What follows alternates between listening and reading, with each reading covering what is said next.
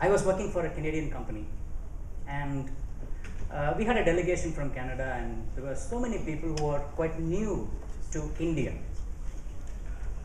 And one of the person, his name is Morgan, he's my good friend, he asked me, Raghavan, describe India in a few sentences. And I told him that if I get out of my province, in India we call it states, if I get out of my province, you and me are the same.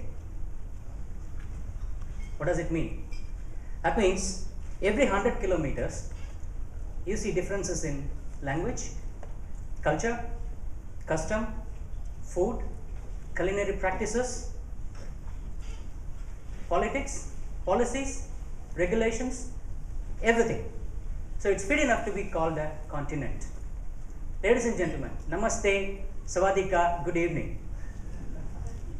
So I represent the Compound Livestock Feed Manufacturer Association, which is CLFMA of India. Basically, we represent the whole animal protein value chain,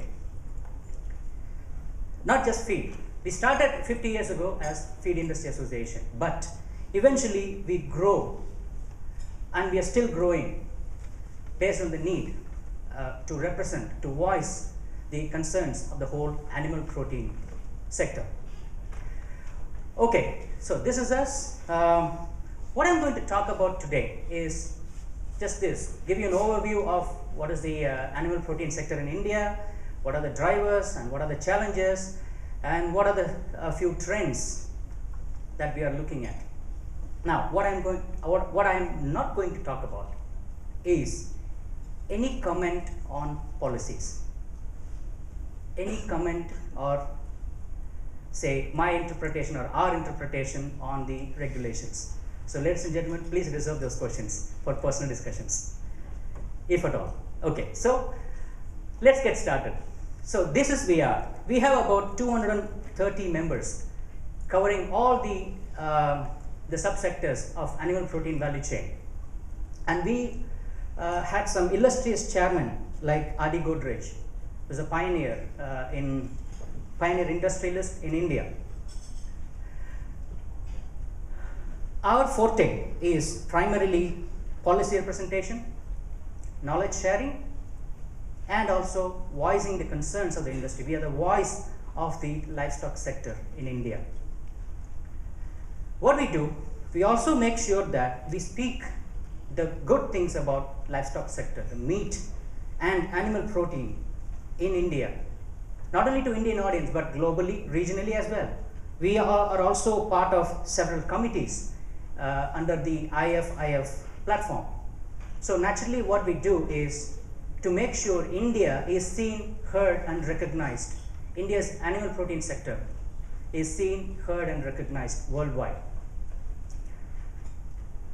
This is also a part of our job. We also constantly update our members as well as the whole industry about what's happening in India, regionally and globally.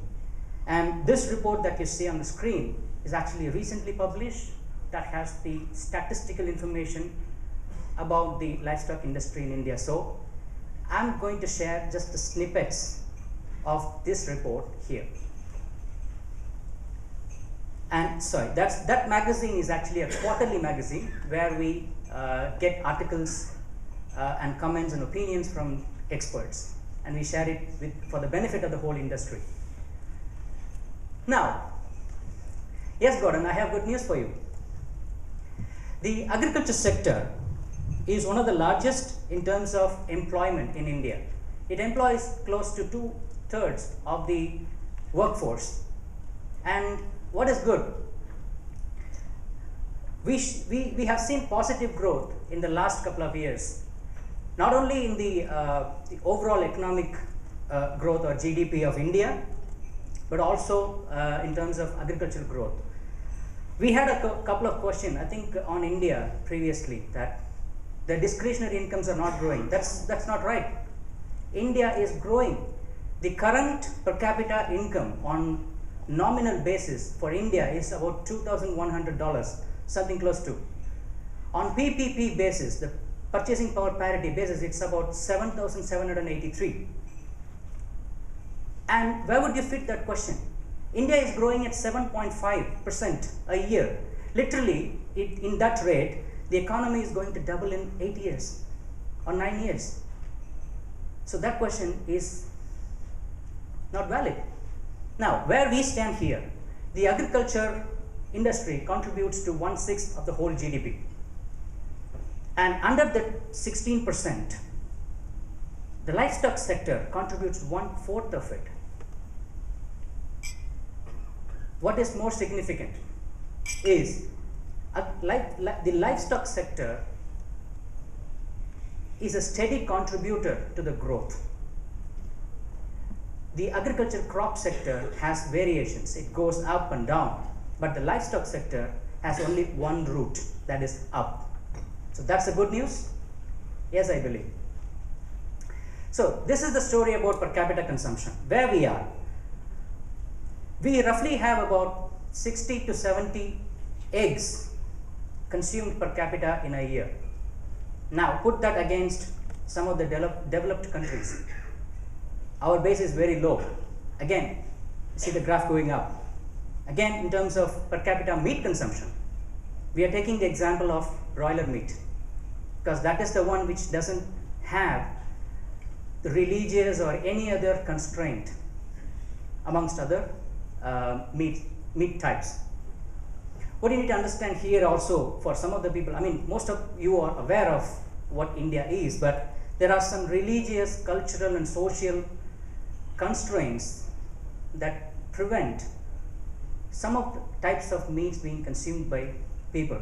Now, time and again I hear people saying that, oh yes, 1.3 billion people into 5 billion kgs, great. No, that's not going to happen. I'll show you a graph subsequently where the percentage of vegetarians versus non-vegetarians in India. So we have, even among the non-vegetarians who consume meat, even there are certain periods where they refrain from taking meat. So what we need to understand is the cultural, social and sometimes political aspects of consumption in India. Milk, we are the largest producer of milk globally. And let me be very clear, I'm not painting a rosy picture here. There are also challenges, there are also roadblocks, there are also constraints which I'm going to discuss. But the good news is, on the top of it, we are the largest producer of milk. And milk just surpassed the value of entire food grain produced in India. These are some of the growth drivers. Now, our middle class population, India, is actually exceeding the total US population. Now consider that fairly with the share of young people. You see the red color circle over there, oval circle? That is the key factor here for the next 5 or 10 years. So our median age is about 30. And our animal protein consumption is going to increase significantly. And we are moving towards taking more nutritious products, and our incomes are increasing. So these are the growth drivers that we are seeing, and which is resulting in the growth of feed market, subsequently to the feed additive sector. Probably I could spend a couple of extra seconds on this chart. So this is the share of real vegetarian versus non-vegetarians in India. So there are some states where, or you call provinces, where your share of vegetarians is very high. Now the fact is, on a whole of India basis, it could be somewhere around 10-12% are the pure vegetarians. They never take meat, irrespective of their income increases. No matter their income grows up, they're never going to take meat. And I'm a bit hesitant to say this, I'm one of them. Sorry, but that's the case. That's the case. So what we are looking at here is with a preference for increased consumption out of home, especially in the what we call HoReCa sector. HoReCa, the hotels, restaurants and catering, out of home consumption. It's growing at a healthy rate, I think about more than 10-12% every year. You have every city, not only in tier 1 cities, metro cities, you'd see in tier 3 cities, tier 2 cities, the quick service restaurants, they are opening their stores. So what we are seeing is a snowballing effect of that demand growing and coming back towards the feed sector. One of the things we are really happy about is the digital superhighway that the whole country is transforming into. I read somewhere this story on Facebook. Okay, it was an experience by an NRI, the non-resident Indian who lives in the US. He's a long-time resident of the US, and he says he used to come to India to visit his family. And this time he, I think, might have spent a couple of more months than he planned actually. So when he went back to the US, he went to a mobile recharging store and asked for top-up of internet. And they said 2 GB. He said, fine, I could live with 2 GB a day. And then the storekeeper said, sir, it's 2 GB a month. In India, 2 GB a day is just an ordinary thing. Now consider that, where we are going. E-commerce. Now the consumer in city like Bangalore or Hyderabad, they can order just on their mobile apps, they can just order the food and they get delivered on at their doorsteps. That's where we are looking at. That's where the meat consumption and the consuming pattern is going. Now let's come back to the livestock story. Let's get grounded. So this is the in terms of the population. I leave the numbers to be read, but what is significant here is we are increasingly seeing a pattern that the industry is getting consolidated. The industry is getting organized. And this number that you see, the first, second or third in terms of ranking, it's only bound to go up. As we see the increases in efficiency, say for example in meat, especially in poultry meat, we are one of the most efficient producers of poultry meat. And that's proven. And we are one of the largest and fastest growing exporters of shrimp,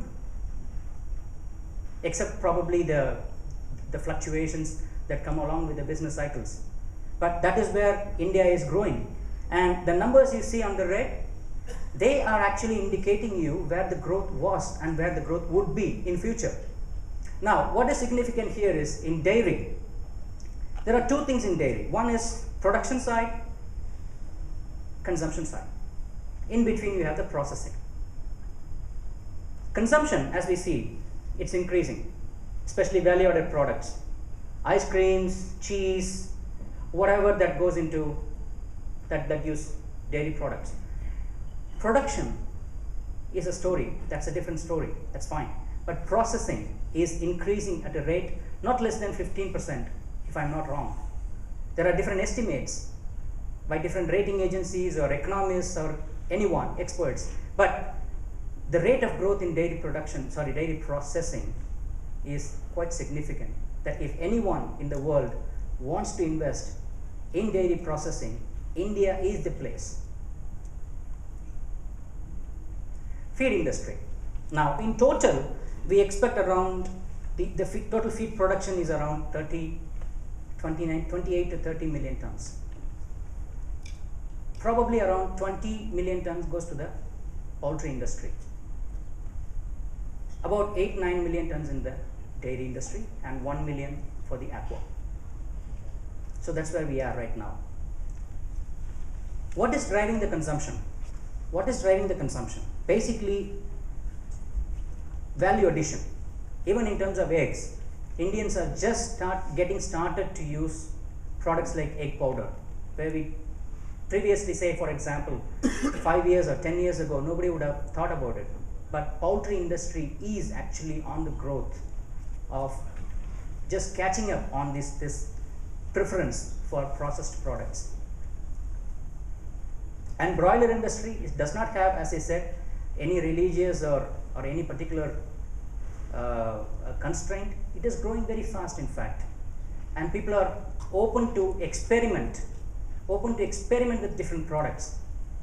So that is driving the consumption of the of broiler meat. But one catch here is Indians still prefer fresh meat. So the share of processed meat in India is slowly, gradually increasing. May not be as fast as someone could think, but it is definitely increasing, at least in the sections where you have the ability and willingness to purchase, especially in the higher socioeconomic categories of consumers. So this is about integration, and broiler industry is mostly integrated. Even though we say it is mostly integrated, there are regional differences in broiler integration as well. So all these things are actually taking us back in terms of calculating what would be the potential of feed additives, and that is possible with simple calculation of inclusion rate and everything. So what I am giving you is actually an overall macro picture of what the industry is going, what the users of feed additives are actually going. Dairy, yes, we have huge demand, but the progress in making farmers use compounded feed is slow, yet steady. It's increasing. There is increased realizations that efficiency matter, but there are lots of other constraints, including genetic potential of our own cattle. So the government has been actively looking into this issue, particularly for the dairy industry, and is investing significantly in terms of improving the genetic potential so that the milch animals can respond to the inputs.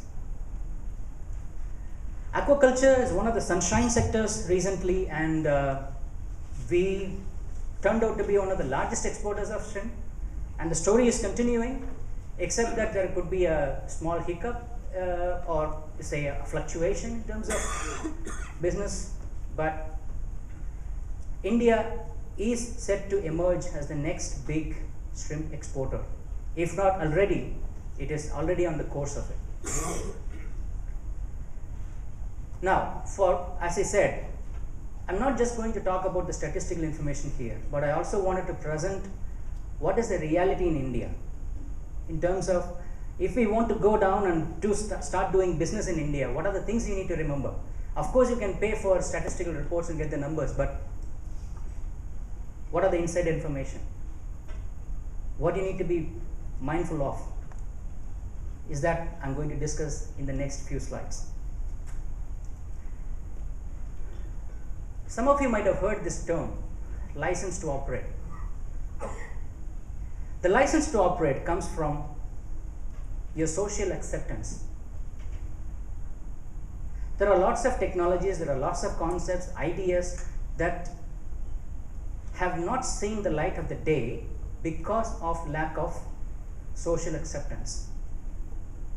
Now, every industry has to do its job to sell, to tell what it is doing in terms of its stakeholders, society, consumers, governments. In terms of its stakeholders, every industry has the responsibility to tell their stories in order to earn the license to operate. And let me tell you frankly, the same slide I used to use in all my previous jobs, and I don't have an hesitation in saying that, because every industry needs to do this. Without this, the industry cannot survive. Any industry cannot survive. Now, how the situation in this world has become, we can read the first VUCA in red. The business environment overall became volatile, uncertain, complex, and ambiguous. Tell me one country where the situation is opposite. Every country, in every industry, this is the problem, this is the situation. So what we need vision, we need understanding of the issues, stakeholders, what their focus are, what their priorities are, who are the players, what is their motive, and then we need clarity about where we are going, what stories we might need to tell, and then adaptability, because times are changing.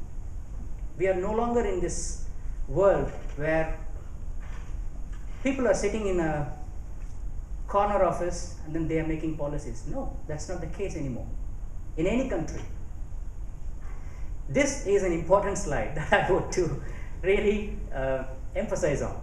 Again, tell me one country this is not happening. Tell me one country this is not happening.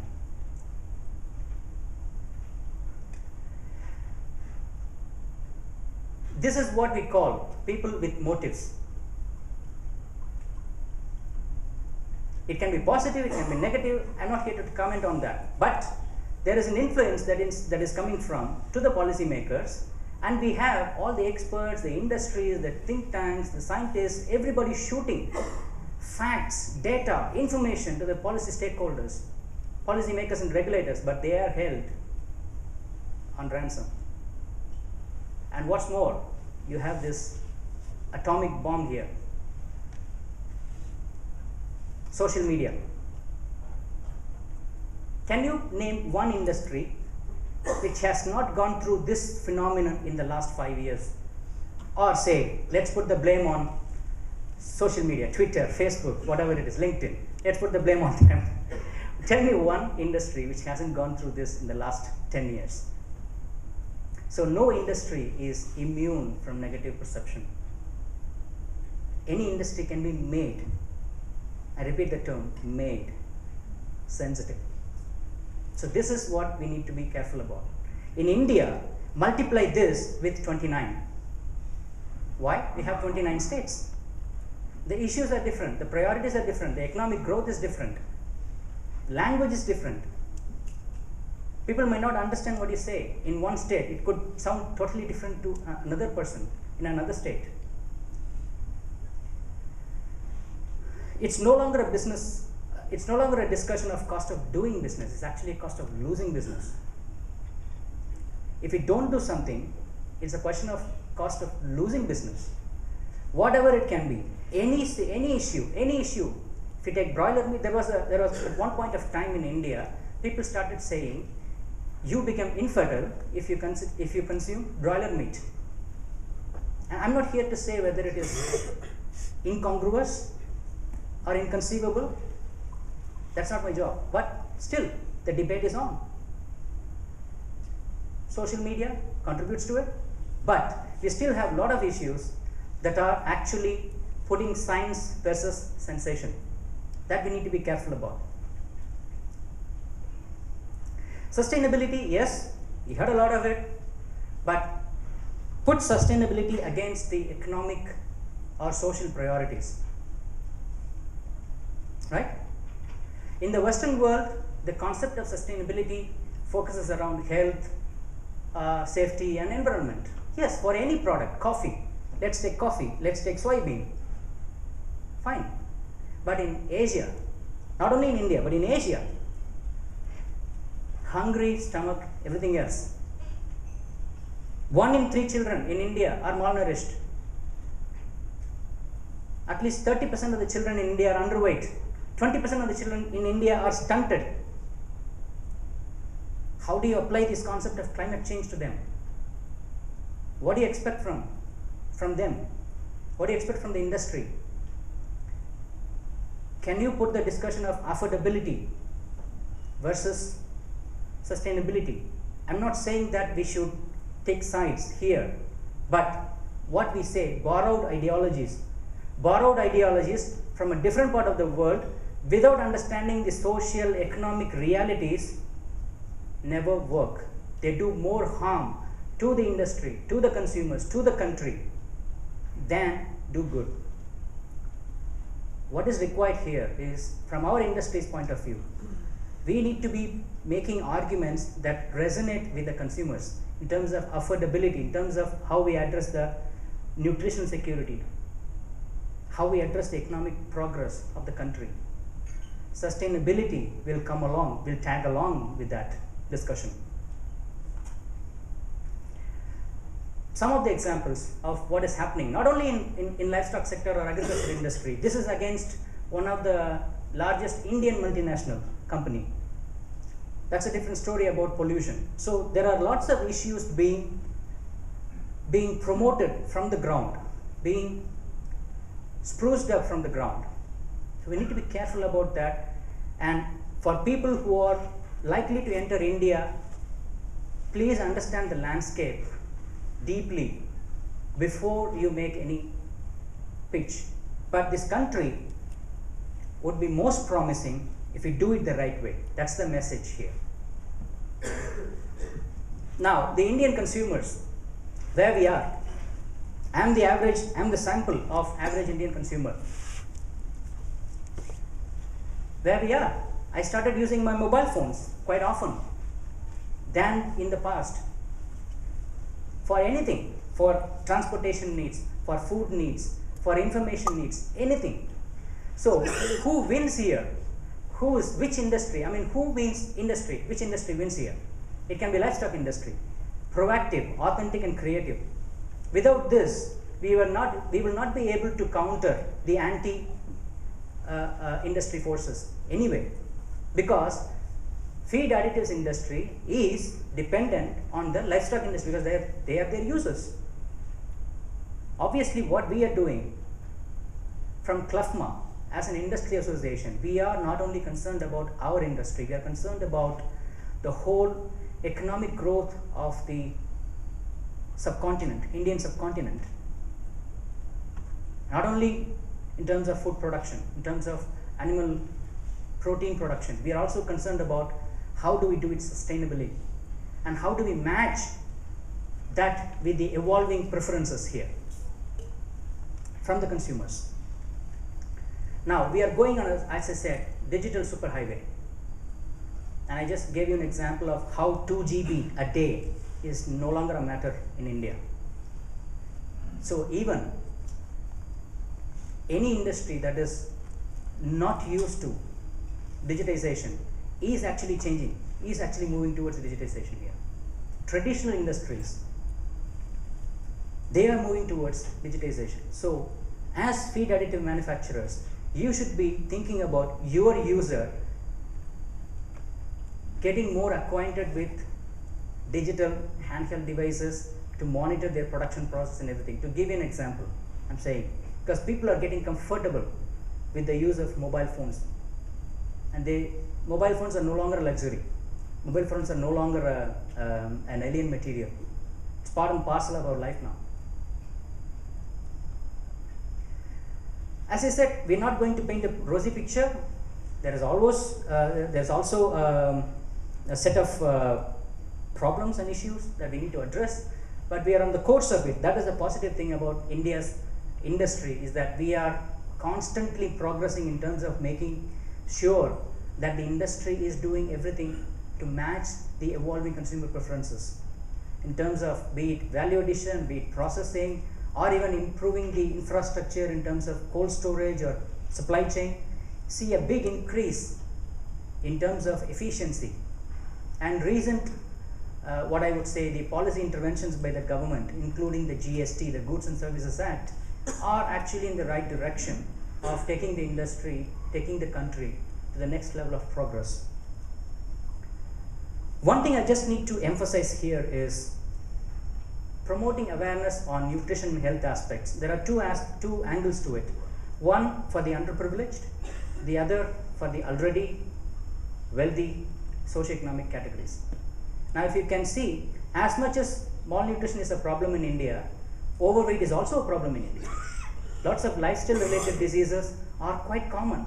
India, if I would say, is a diabetic capital of the world. 60 million, 70 million people diabetic, diagnosed, not diagnosed, pre-diabetic, who knows? That's not the case. That's not the doomsday prediction I'm making. No. What I'm saying is, even within India, you have different classes. Even within India, you have wealthy continents and poor areas, poor regions. So, promoting awareness on nutrition has a different sense, different purpose in both these sides. We are evolving as a global player. We are evolving in terms of making a mark in the global industry, global exports scenario. So, we are actually increasing our rate compliances in terms of quality and food safety standards. We are improving, we are on the course to improve our competitiveness in the world market. That's actually happening in broiler and aquaculture already. If not in dairy, dairy is the next big wave of growth in India. A couple of more slides, and I'm just nearing my time. Alternative proteins, yes, we have discussed about it, but what would it mean for India? My sense is that it's too early probably to think about alternative proteins for food consumption in India, but the industry is always willing to explore alternative proteins for feed. So, but what would be the concern here is the policy and regulatory aspects of it. So, the industry is open to explore options to balance, to optimize the cost of protein, the cost of energy, the cost of whatever nutrients for feed. It's only a matter of economics, and it's also a matter of policy. So, let's reserve this, just for your information I am putting it up here, but let's reserve this discussion for the later times. Now, the top priority for us here is, we are seeing livestock sector as an integral package of the whole agriculture, agribusiness industry. Without agriculture, livestock cannot survive, and without livestock, there is no one to take the products from the crop farmers. Close to more than 2/3 of maize produced in India goes to the poultry sector. So, we see that as an integral part of the whole agribusiness paradigm. So, that's why we are making efforts even in the policy circles to make sure that we keep our soils healthy. We do sustainable agriculture production of not only food but feed ingredients, basically maize, soybean, how we are able to increase the productivity, because our productivity does not fare well with the global average, be it maize or soybean. So, we are working with the stakeholders, right from the government to the farmers and the other associations, to make sure that what strategies or what investments we need to do in terms to increase the productivity of these feed grains, so that the affordability of those feed ingredients will improve and subsequently will result in lower cost of protein, which will further improve the consumption by the people. And I came to the end of this presentation with some of the points to take home. It's a matter of competitiveness for us, and we are already on the course to make our mark in the global scenario as far as meat production is concerned. Sustainability, yes, it's a question of balancing the priorities. Consumerism, you can bet on the Indian consumer that he is going to be one of the most demanding, absolutely, and probably willing to experiment more as he or she travels more, get the global view.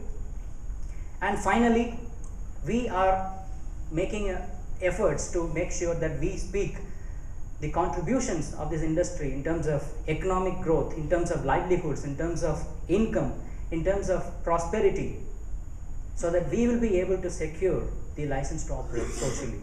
Ladies and gentlemen, thanks for your patient hearing. Thanks so much.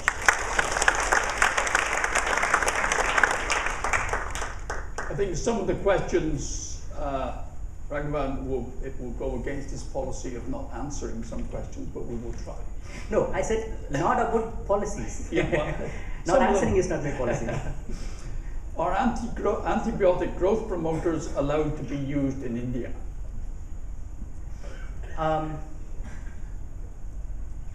Okay,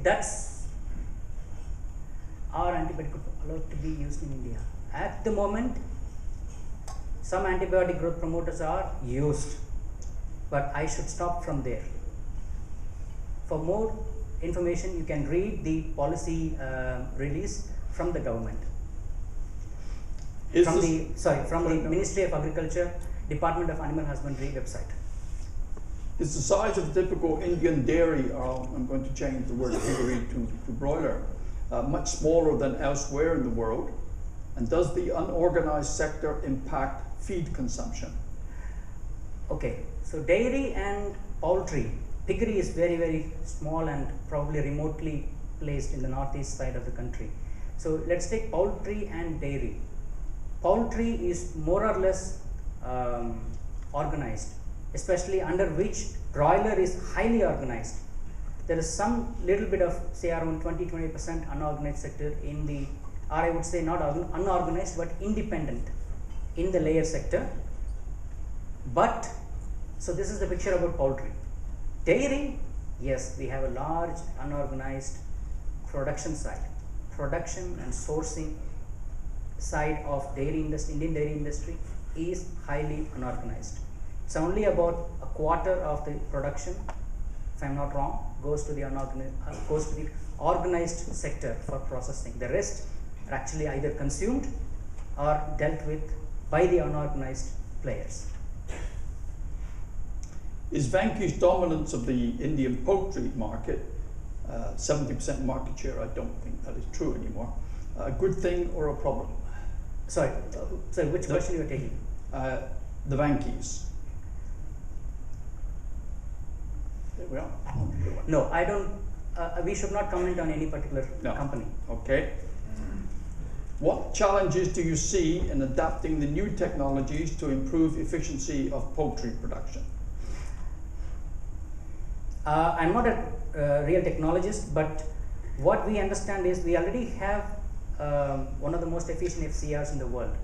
Our FCRs is around 1.6. If I'm not wrong, Mr. Ricky Thapar is here. He would be presenting tomorrow about what is the aspects. I mean, probably this question would be better answered by him tomorrow. So, ladies and gentlemen, put up this question for tomorrow. Okay. Per animal basis, how much is the consumption of feed in India versus the West or China?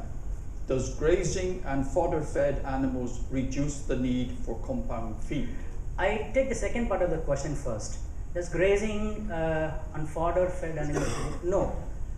The question is affordability of feed, availability of compound feed, and also your expected response from the animal. If the genetic potential itself is low, what would you expect from the animal to respond to your input?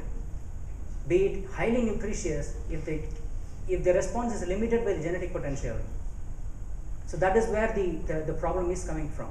Now crossbreds are increasing, but at a rate which we would like to see. But the problem is majority of the milch animals in the indigenous category are constrained by their genetic potential. That's why we don't see the increase in dairy feed production or dairy feed consumption in India, if I'm not wrong. So that is the picture about the second part of the question. That answers the first part as well, because we have large number of milch animals, but the productivity is low. That is the answer for the answer for the second question. Actually, becomes the answer for the first question as well. Word is policy is in the next answer. Do you see a risk of a pollution-related policy shock to the Indian feed industry at some point, similar